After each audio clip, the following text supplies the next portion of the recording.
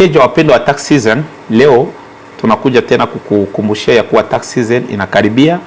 Ni siku ndogo ambazo zinapatikana mbele kabla wewe uanze kuipata W2 yako, 1099 yako au any other document ambayo itakusaidia wewe kufile tax season this year. Leo nimependa niweze kukufunza au kukukumbusha pia ambayo unajua labda ulikuwa ukizarau, ni namna gani unaweza ukapoteza pesa yako ya tax kwa kuweza kutegemea mtu ambaye sio sahihi ama prepare ambaye sio sahihi kwako. Mara nyingi tax inapoanza panakuwa na mfumo wa radi wa watu wengi na mvuto mwingi sana kwenye mitandao na kwenye simu ama kwa ndugu. Anakupropose mtu ambaye kwake anadhani kuwa ni sahihi na wewe kwako unaona kuwa ni sahihi, au labda mwaka unayoisha ulikuwa umekata tamaa na mtu ambaye alikufanyia tax na ukapenda kupima nafasi nyingine. Na sio vibaya, ni katika lengo la maisha kujitafuta ama kusupport na kusapotiana. Lakini unapoenda kufanya tax kwa mtu ambao wowote ule, ikiwemo agents fulani, company fulani, jua mambo haya kadhaa yatakusaidia. Kwanza ujue yule mtu how professional iko, anatumika na license gani, anatumika na elimu gani. Usifate sana ahadi ya pesa nyingi bila kujua zile pesa zimekuja aje.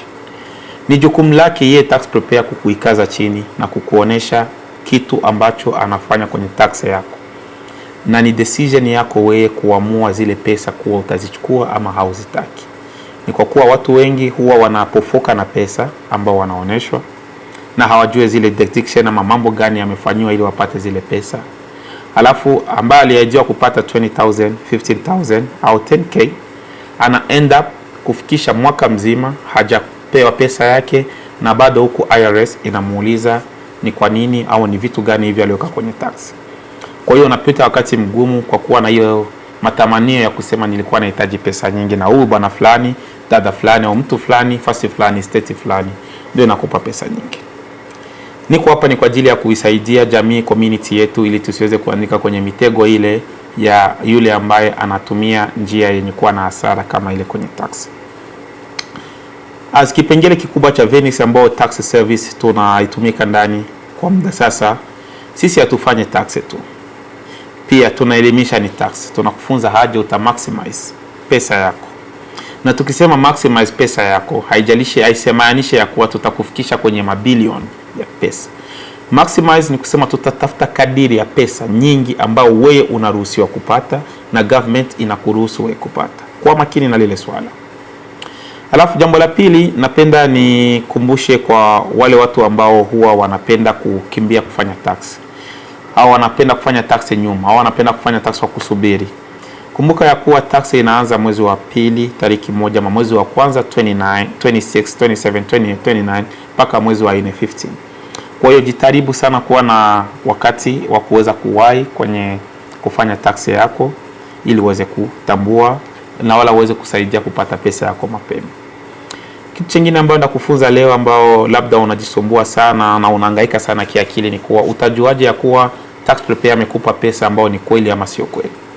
Mara nyingi huwa naona sana kesi za kuja kurudilia. Nikisema kurudilia, watu wananipigia simu wanasema walitufanyia tax vibaya, RS inasema tubadilishe, kwa hiyo tunaomba utusaidie. Lakini kitu kinachokuuliza ya kwanza mpaka ukaingia kwa ile hali, utajuaje ya kuwa tax preparer amefanya tax yako vibaya? Wakati tax preparer anamaliza tax yako, anapaswa kupatia document 1040 series, na sio document moja tu, ni furushi, ni rundo ya document ambazo zinaweza kuwa 20 pages, even 10, even 45 ya documents, na kila document ina jina lake na ina kila ambacho ameweka pale. Alafu wengi huwa zaidi wanakupa document ambao zina namba ya uongo.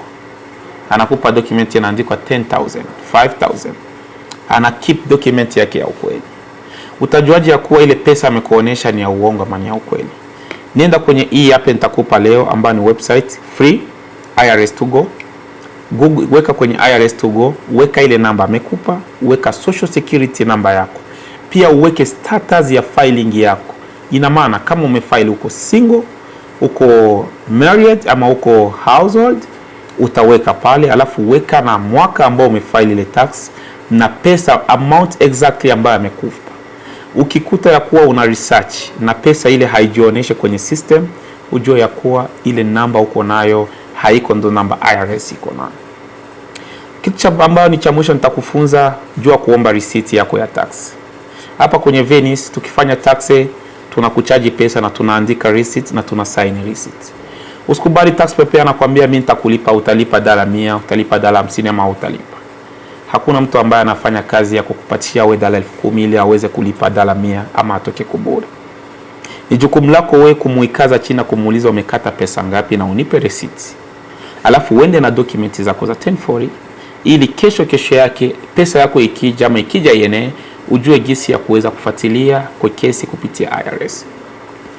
Ni haki yako wewe mpendwa kufuatilia pesa yako ya tax kwa IRS, kwa kuwa ambaye anayekuharibia tax yako kimaisha anakuharibia pia mambo mengi ndani ya system na government, na inaweza kuwa sababu ya wewe hata kutokupata citizen ama kuharibu kesi zako za immigration ambao ziko going on.